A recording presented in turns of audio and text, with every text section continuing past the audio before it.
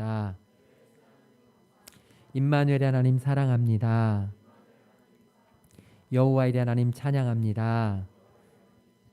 아멘. 오늘도 하나님의 은혜와 평강과 사랑이 저와 여러분의 삶 가운데 함께 하시기를 주님의 이름으로 간절히 축원을 드립니다. 세상에 중요한 것들이 참 많이 있지만 그 많은 것들 중에서 가장 중요한 것은 어쩌면 가정이라고 믿습니다. 하나님께서 이 땅 위에 천지를 창조하실 때 하나님이 가장 소중하게 가장 중요하게 생각하시고 만드신 것이 바로 사람인데요. 그 사람을 지으셨을 때 아담을 지으시고 하나님이 보시기에 2% 부족함을 느끼셨습니다. 무언가 부족하다. 아담 혼자 살아가는 것이 독처하는 것이 무언가 약간 부족하고 외롭게 보이고 이건 아니다 해서 하나님께서 이 땅 위에 주신 귀한 선물이 바로 하와였죠. 그래서 하나님께서는요 사람을 지으셨는데 그냥 사람을 지으신 게 아니라 가정을 만드셨습니다. 그러니까 저와 여러분 사람은요 가정 안에서 존재해야 하는 그런 존재라는 것이죠. 사람은 한자어로 사람 인자라고 쓰는데 혼자 살아가는 게 아니고 서로 함께 받쳐주고 떠밀어주며 함께 돕고 함께 나누며 살아갈 수밖에 없는 존재가 바로 사람인데 이 함께 살아가는 가장 최소한의 단위를 하나님은 가정으로 세우신 것입니다. 오늘은 가정의 달을 맞이해서 다윗의 이야기를 잠시 접고 이 가정의 이야기를 이번 한 주 동안 같이 나누려고 합니다.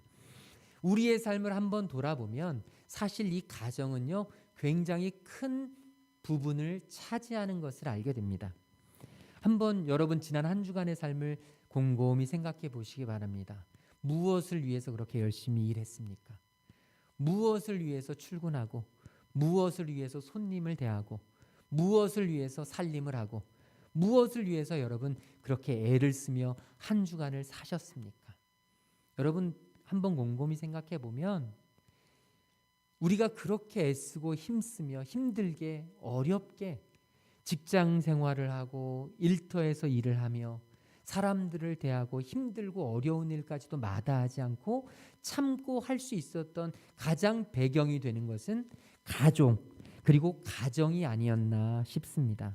저 자신만 해도 가정이 있기 때문에 가족이 있기 때문에 열심히 살고 가족이 있기 때문에 참고 가정이 있기 때문에 애쓰고 힘쓰며 노력하며 나의 삶을 살아가고 있는 것이 아닌가라는 생각을 해봅니다. 만약에 내게 가정이 없었다면 내게 가족이 없다면 내게 함께할 그런 소중한 사람들이 없다면 내가 이렇게까지 일하면서 내가 이렇게까지 애쓰면서 내가 이렇게까지 어렵게 힘겹게 살아가면서 살아갈 필요가 있을까라는 생각을 해보게 되죠. 여러분 가족은 그만큼 우리에게 중요하고 소중한 의미를 지닌다 이것이죠.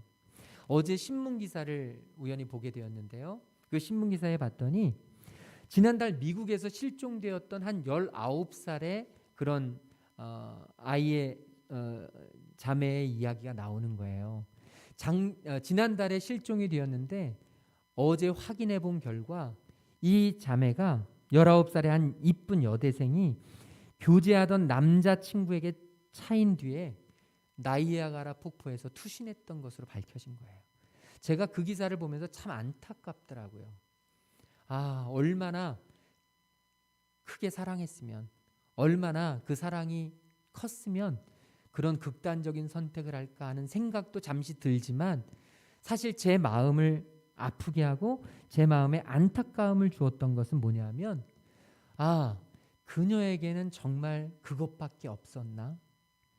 만약에 그녀의 가정과 그녀의 가족들이 조금만 더 큰 의미가 있었다면 조금만 더 그녀에게 중요한 의미를 가졌다면 어쩌면 그 극단적인 선택을 하지 않을 수 있는 어쩌면 그 선택이 달라질 수 있는 그런 가능성은 없었을까 하는 마음 말이죠. 저는 가정에 대한 말씀을 준비하면서 오늘 저와 여러분들 마음속에 가정에 대한 개념을 다시 한번 정립하는 시간이 되었으면 참 좋겠습니다. 가정은 말이죠, 마치 사막 한가운데 있는 오아시스와 같습니다. 사막에는요, 생명체가 살아가기가 어렵습니다.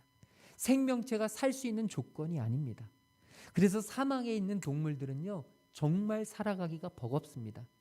그래서요, 사막의 중간중간에 있는 오아시스를 만나지 않습니까? 그러면 그곳에 모든 사막의 생명체들이 다 몰려들어요.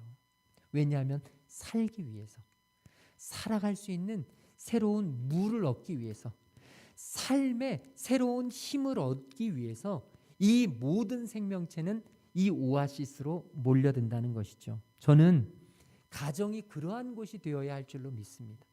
가정은요, 모든 가족들이 언제든 아무리 힘들고 지치든 너무너무 무거운 삶의 짐을 지고 살아가든 희망과 소망이 아무것도 있든 없든 그 모든 가족들이 함께 모여서 리프레시하고 함께 쉼을 갖고 함께 사랑을 나누며 새로운 힘을 찾을 수 있는 오아시스와 같은 생명의 샘이 되어야 할 줄로 믿습니다.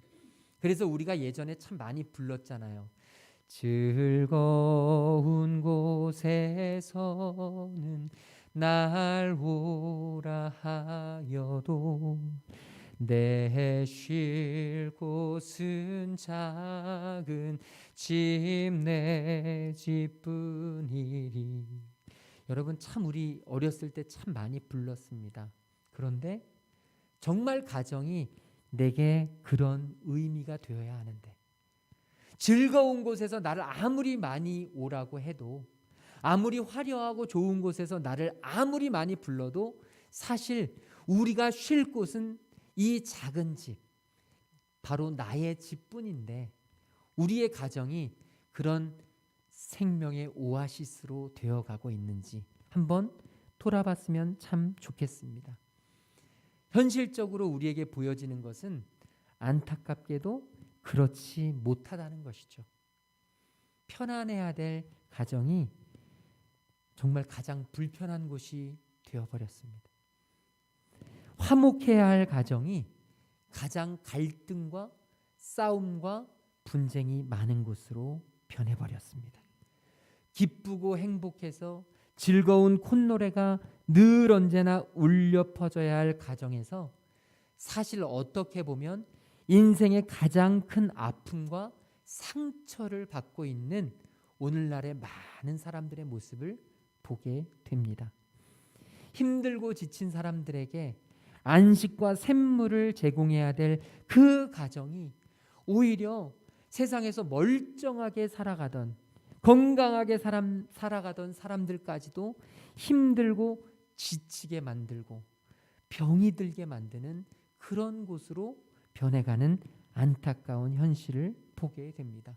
실제로요, 우리 주변의 많은 이들에게는 이 가정이 즐겁고 쉴만한 곳이 아니라 오히려 피하고 싶고 멀리하고 싶고 생각만 해도 머리가 지끈지끈 아픈 그런 무서운 곳이 되어져 가고 있다는 것이죠. 사랑하는 여러분, 저와 여러분의 가정은 어떻습니까? 지금 저와 여러분의 가정은 사막의 오아시스 같은 수많은 생명들이 살아나는 그런 곳이 되어지고 있습니까? 요즘 매주 주일 밤에 하는 프로그램이 있습니다. 한때는 수요일에 시작했는데 이제 잘 돼서 주일날로 옮긴 것이죠.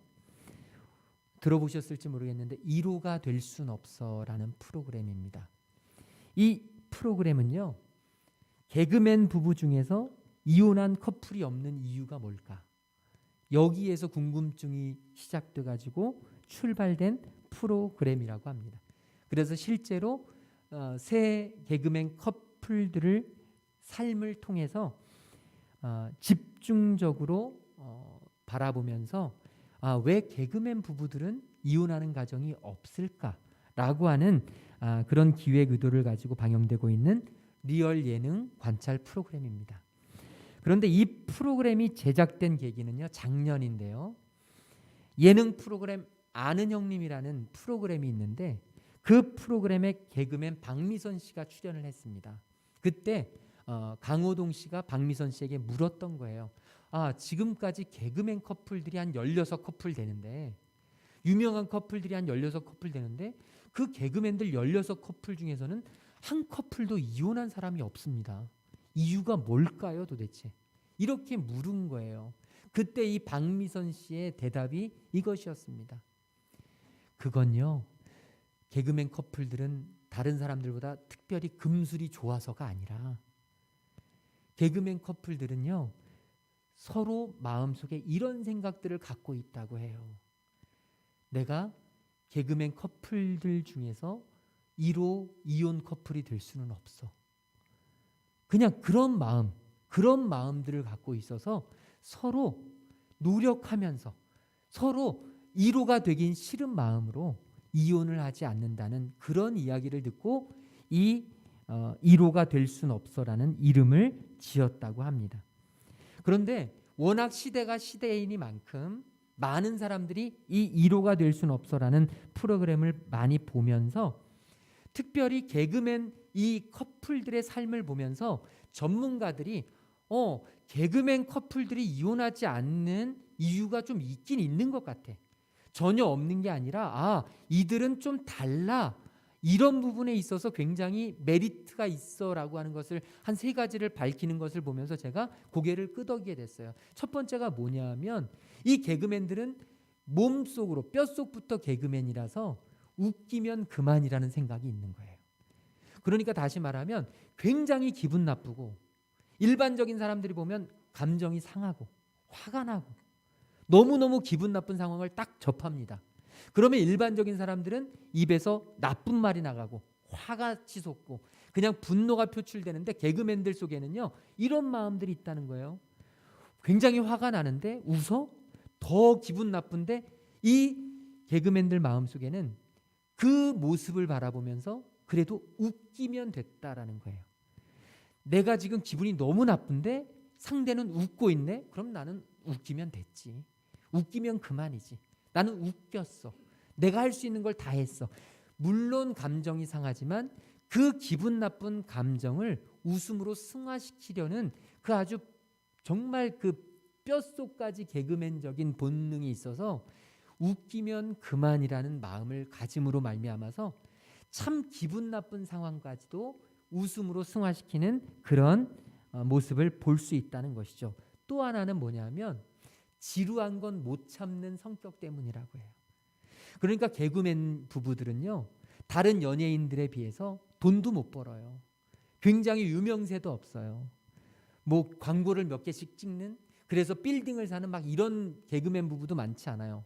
오히려 빚을 많이 지는 부부가 참 많다고 해요. 그런데도 어떻게 살 수 있느냐?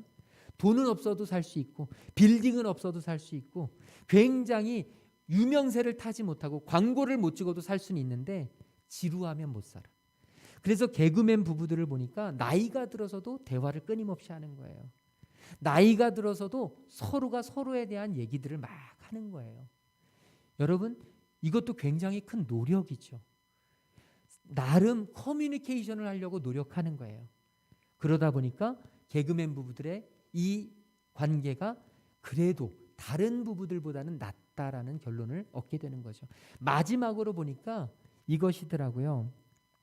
마지막으로 보니까 이제 개그맨들은요, 한 프로를 계획하면 끊임없이 그 프로에서 웃음 포인트를 찾으려고 처음엔 백지에서 시작하면서 어디에서 웃을 수 있을까, 어디에서 빵 터질까, 그러면서 끊임없이 웃음 포인트를 찾는 눈치와 센스를 발휘한다고 해요. 그래서 회의하면서 막 3시간, 4시간 때로는 밤을 새가면서 어디에서 웃음 포인트가 있을까를 생각하면서요, 항상 상대방을 관찰하는 거예요. 상대방을 배려하는 거예요. 상대방의 이 마음에 대해서 읽는 거예요. 이게 여기서 눈치와 센스가 발동이 된다는 거예요. 그래서 개그맨들은 부부들 간에 서로 갈등이 날 때, 서로 안 좋을 때, 감정이 상할 때 서로를 바라보면서 서로의 상황 속에서 눈치와 센스를 발휘하면서 이 엇나갈 수 있는, 어긋날 수 있는, 안 좋아질 수 있는 그런 관계들을 다시 추스리는 그런 일들에 뛰어나게 대처한다는 것이죠. 저는 이 이야기를 들으면서 참 일리가 있다. 다시 말하면 개그맨 부부들이라고 해서 특별하게 성격이 좋아서, 탁월해서, 인간성이 좋아서, 똑똑해서 개그맨 부부들은 서로 웃기니까 그렇게 원래부터 관계가 좋았던 게 아니라 끊임없이 노력하고 끊임없이 배우고 끊임없이 훈련하고 이렇게 하면서 아름다운 가정을 그래도 일구어 가고 있다라는 것이죠.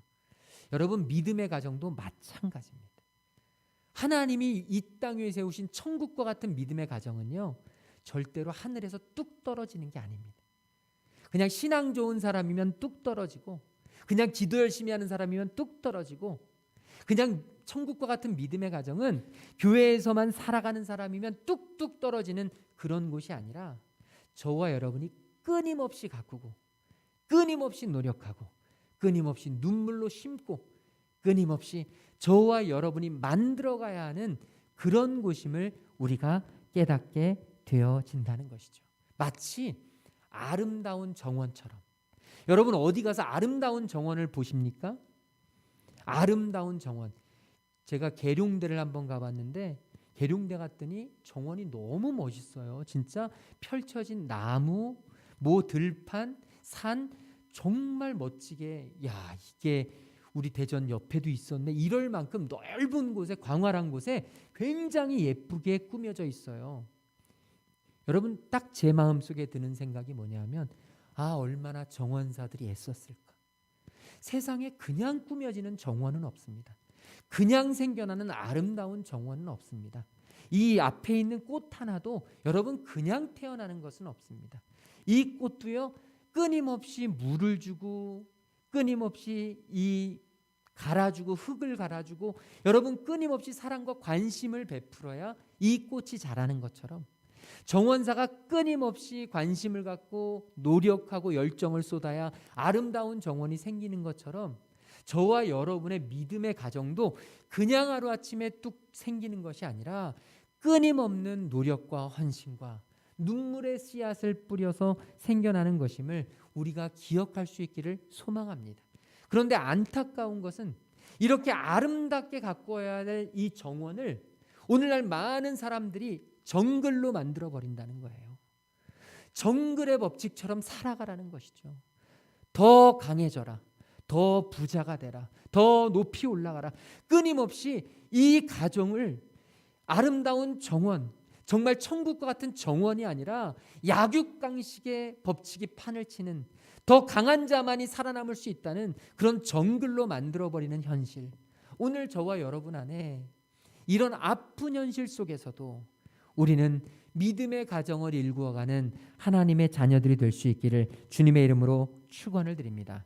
오늘 바울은요, 사도 바울은 골로새에 있는 성도들을 향해서 이 아름다운 믿음의 가정을 일구는 그런 중요한 법칙들을 이야기해 주고 있습니다. 오늘 읽었던 말씀, 우리 18절 말씀부터 다시 같이 읽도록 하겠습니다. 아내들아, 남편에게 복종하라. 이는 주 안에서 아멘. 여러분, 아내들을 향해서 바울은 무엇라고 이야기하냐면 남편에게 복종하라, 남편에게 순종하라. 이는 주 안에서 마땅하니라.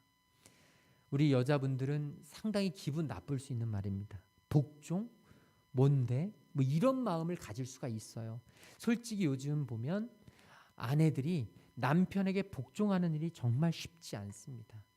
왜냐하면 아내들이 누군가가 누군가에게 복종을 하려면 그 상대방이 나보다 훨씬 더 높고 훨씬 더 깊고 훨씬 더 크고 훨씬 더 많고 무언가 이런 것들이 느껴져야 되는데, 남편들을 보면 맨날 볼 때마다 핸드폰 들고 게임하고 있고, 맨날 보면 그냥 끊임없이 핸드폰으로 드라마 보고 있고, 매일 그러면 남편들의 그런 모습을 보면서 이 아내가 순종하고 복종하는 게 쉽지 않아요.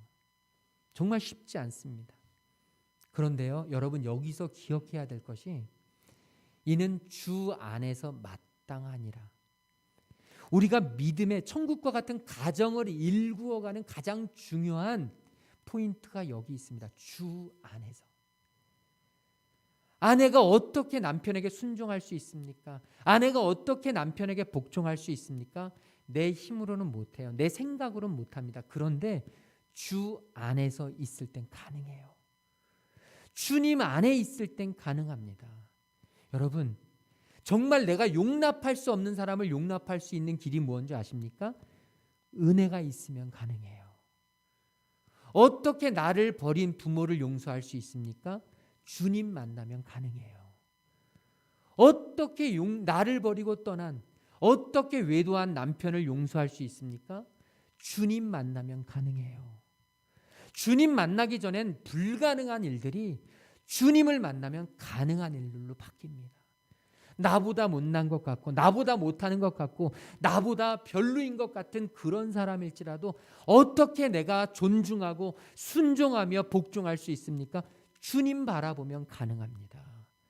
주님이 내게 주신 나의 반쪽이니까, 주님이 내게 주신 생명과도 같은 귀한 짝이니까, 주님이 내게 주신 귀한 선물이니까, 주님이 나에게 가장 맞게 만들어주신 하나님의 사람이니까 라는 생각을 가지고 바라보면 순종이 되고 복종이 된단 말이죠. 19절에 보면 우리 같이 읽도록 하겠습니다.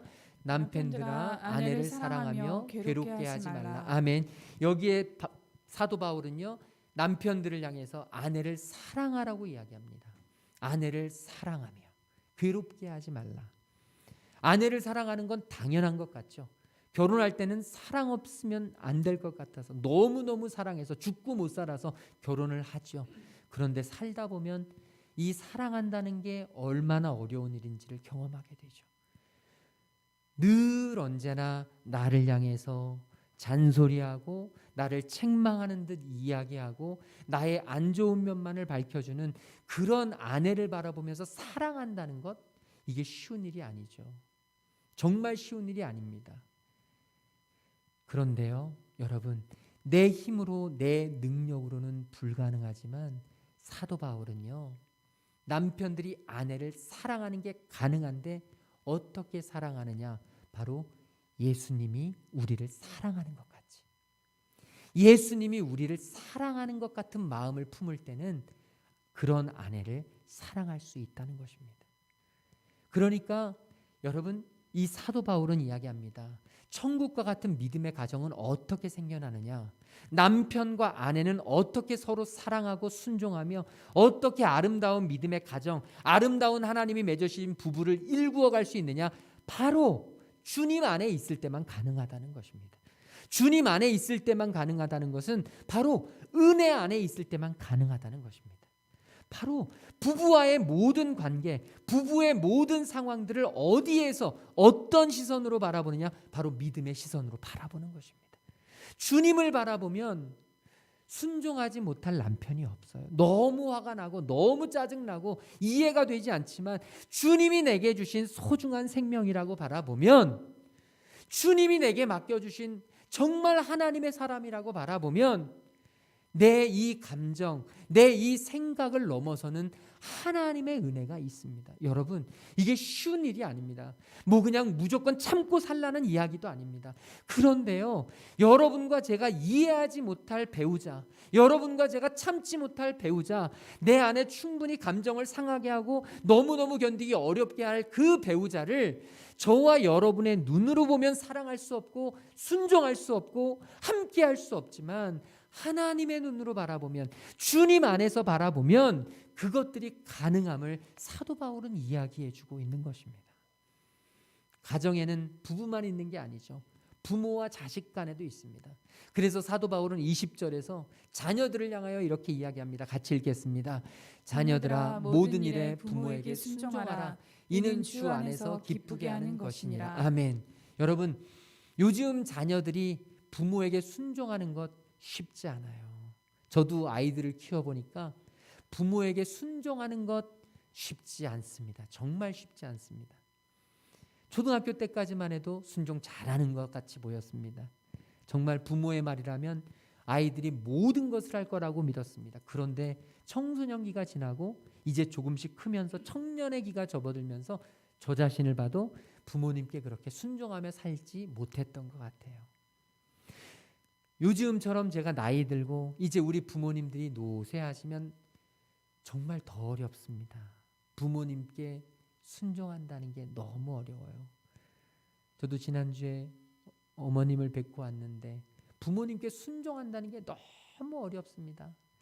왜 그렇게 고집도 세시고 왜 이렇게 바라보는 눈이 너무너무 다르시기에 정말 부모님께 순종한다는 게 어렵습니다. 아마 우리 자녀들도 저를 보면서 쉽지 않아함을 느낄 것 같아요.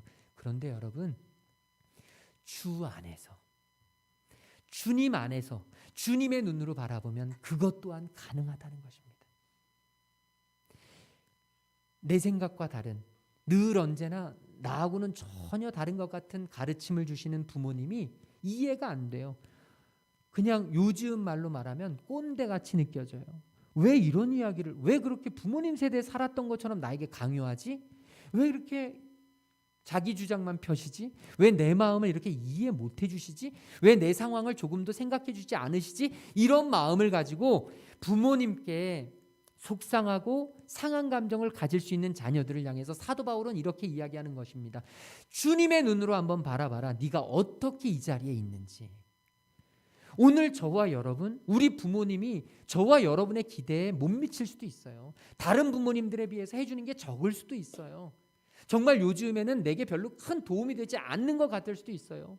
만나기만 하면 늘 했던 소리 또 하시고 잔소리 하시고 정말 같이 이야기를 섞고 싶지 않을 때도 있을지 몰라요. 그런데 여러분, 우리가 주님의 눈으로 바라보면 내가 지금 이 자리에 있게 된 것은 오로지 우리 부모님 때문임을 여러분 인정하지 않을 수가 없습니다.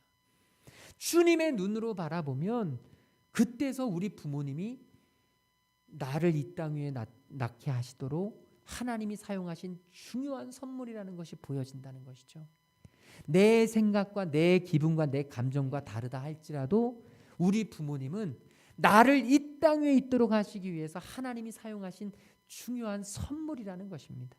우리 부모님은요, 저와 여러분의 판단과는 상관없이 저와 여러분에게는 둘도 없는 이 세상에서 가장 중요한 존재임을 인정하지 않을 수가 없습니다. 그래서 부모님께는 순종해야 하는 거예요. 저와 여러분의 생각과 다를지라도, 저와 여러분의 감정을 상할지라도 여러분 부디 우리 부모님의 말씀에 순종하고 우리 부모님을 인정하고 우리 부모님의 권위 앞에 복종하면서 하나님이 내게 맡겨주신 이 지상에서, 이 땅에서의 하나님과 같은 존재, 우리 부모님을 인정하며 순종하며 나아가는 저와 여러분이 될 수 있기를 주님의 이름으로 축원합니다. 또 부모들에게는 사도 바울은 이렇게 이야기하죠. 21절 말씀 같이 읽도록 하겠습니다. 아비들아 너희 자녀를 노엽게 하지 말지니 낙심할까 함이라. 아멘. 여러분, 사도 바울은 부모들에게도 이야기합니다. 너희 자녀를 노엽게 하지 말라. 이게 정말 어려운 말씀이더라고요. 저도 우리 자녀들을 키우지만 우리 아들 둘에게 노엽게 하지 않고 싶지만 노엽게 할 때가 많아요. 아이들이 자기의 생각과 다르면, 자기의 감정을 이해해 주지 못하는 것 같으면, 자기가 좀 억울하다고 생각하면 아이들이 노여워합니다. 때로는 제가 회초리를 들고, 때로는 징계를 하고, 때로는 아이에게 아주 무섭게 꾸중을 하고 책망을 할 때가 있어요. 그런데 어떤 때는 아이들 괜찮지만 어떤 때는 노여워할 때가 있습니다. 그게 언제냐면 제가 제 감정을 컨트롤하지 못할 때, 제 감정이 넘어설 때, 제가 참아야 되는데 여기까지만 혼을 내켜야 되는데 제 감정에 못 이겨서 더 올라갈 때 아이들은 상한 감정을 갖고 노엽게 된다는 얘기죠. 사도 바울의 말씀을 곰곰이 생각해 보면 여기에 정답이 있어요. 제가 한번 곰곰이 생각해 봤습니다. 제가 왜 내 감정을 추스리지 못했나? 제가 왜 여기까지 해야 되는데 제가 그걸 넘어서서 더 높이 올라갔나? 더 많이 쏟았나? 이렇게 돌이켜 보면요, 정답은 한 가지였습니다. 주님을 생각하지 못해서. 분명히 부모는 아이들에 대한 책임이 있고 아이들이 성인이 될 때까지 길러야 될 의무가 있고 자녀들은 부모를 떠나서 살 수 없는, 부모를 의지해야만 하는 그런 존재 맞습니다. 그런데요, 주님을 생각하면 상황이 달라집니다. 자녀들은 내 것이 아닙니다. 자녀들은 부모가 마음대로 할 수 있는 존재가 아닙니다. 자녀들은 부모가 감정대로 마음껏 쏟아부을 수 있는 그런 대상이 절대 아니라는 것이죠. 하나님을 바라보고 자녀를 바라보면 하나님이 내게 맡겨주신 소중한 선물임을 발견하게 됩니다. 자녀는요, 내 것이 아니라 하나님의 것임을 인정해야만 합니다. 내게 맡겨주신 자녀는요, 하나님이 이 땅 위에서 나에게 잘 가꾸고 보살피라고 주신, 잠시 맡기신 하나님의 것입니다. 그러므로 우리는 잠시 맡아서 보관하면서 그것을 기르는 청지기일 뿐이죠. 자녀를 내 것이 아니라 하나님의 것이라고 인정하는 순간, 자녀는 내 소유물이 아니라 하나님의 소유물이라고 인정하는 순간, 내 자녀는 내 마음대로 할 수 있는 것이 아니라 하나님께 기도하고 하나님께 묻고 해야만 한다는 사실을 발견하게 된다는 것입니다.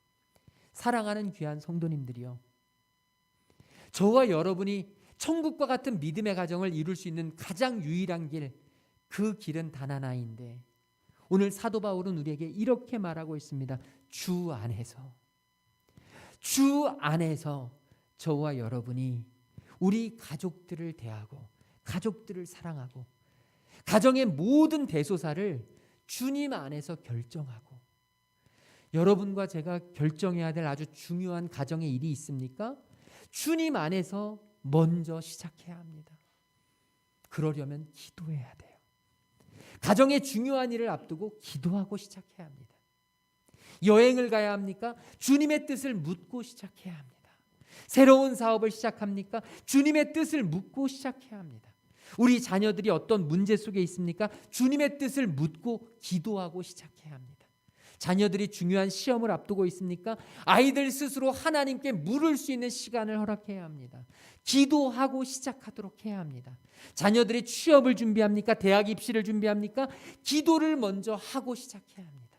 하나님이 원하시는 것이 무엇인지를 알고 자녀가 하나님의 뜻을 구할 수 있은 후에 그리고 그 일들을 행하도록 해야 합니다. 저와 여러분의 노력으로, 저와 여러분의 지혜로, 저와 여러분이 할 수 있는 것으로 우리는 한계가 있습니다. 천국과 같은 믿음의 가정은 바로 주님 안에서만 가능합니다. 오늘 저와 여러분의 마음이 하나님의 은혜로 가득하도록, 우리 가정이, 우리 자녀들이, 우리 부모님이 하나님 안에서 거하시도록 저와 여러분이 먼저 간절한 마음을 품고 기도하는 주님의 자녀들 될 수 있기를 주님의 이름으로 축원합니다. 우리 마지막으로 23절 말씀을 한 목소리로 같이 읽겠습니다. 무슨 일을 하든지 마음을 다하여 주께 하듯 하고 사람에게 하듯 하지 말라. 아멘. 이제부터 저와 여러분 마음속에 우리 자녀들, 우리 부모님, 우리 남편, 우리 아내, 저와 여러분이 대하게 될 우리 귀한 가족의 구성원들을 대할 때 오늘 이 말씀을 기억하고 나아갔으면 좋겠습니다. 여러분, 편하게, 당연하게, 마음대로, 막 함부로 내가 이렇게 해서 나를 떠날 사람이 아니지, 내가 이렇게 말한다고 해서 나를 싫어해야 될 사람이 아니지, 평생 같이 가야 될 사람이지, 이런 생각을 가지고 여러분 함부로 말하고 함부로 생각하고 함부로 행동하고 함부로 저와 여러분이 그렇게 막대하는 일이 있지 않기를 간절히 소망합니다. 저와 여러분이 대해야 될 대상은 주님이 주신 사람입니다. 주님이 주신 부모님을 대해야 되고, 주님이 주신 남편이고, 주님이 주신 아내이고, 주님이 주신 자녀입니다. 저와 여러분의 노력으로 키워낸 자녀가 아니에요. 저와 여러분의 어떤 헌신으로 이 세상에 존재하게 된 그런 생명이 아니에요. 전적으로 하나님이 주셨습니다. 저와 여러분이 오늘 대해야 될 우리 가족 구성원들은요, 하나님이 주셨고 하나님이 책임지시고 하나님이 이끌어 가시는 귀한 생명들입니다. 그러므로 우리는 주님께 하듯 말해야 하고 주님께 하듯 행동해야 하고 주님을 생각하는 마음으로 대해야 할 줄로 믿습니다. 이 한 달, 이 5월 한 달 아니 1년 365일 저와 여러분 우리 가족들을 향해서 이 마음을 품을 수 있게 되기를 주님의 이름으로 축원합니다. 주님께 하듯 하겠습니다. 주님께 하듯 내 자녀를 대하겠습니다. 주님께 하듯 우리 부모님을 대하겠습니다. 주님께 하듯 내 남편을, 주님께 하듯 내 아내를 대하겠습니다. 주님께 할 수 있는 그 마음 가질 수 있도록 주님 나를 붙잡아 주시옵소서. 그리하여 우리 가정이 천국과 같은 믿음의 가정이 될 수 있도록 주님 우리 가정에 함께하여 주시옵소서. 저와 여러분의 믿음의 고백이 될 수 있기를 주님의 이름으로 축원을 드립니다. 우리 옆 사람에게 인사했으면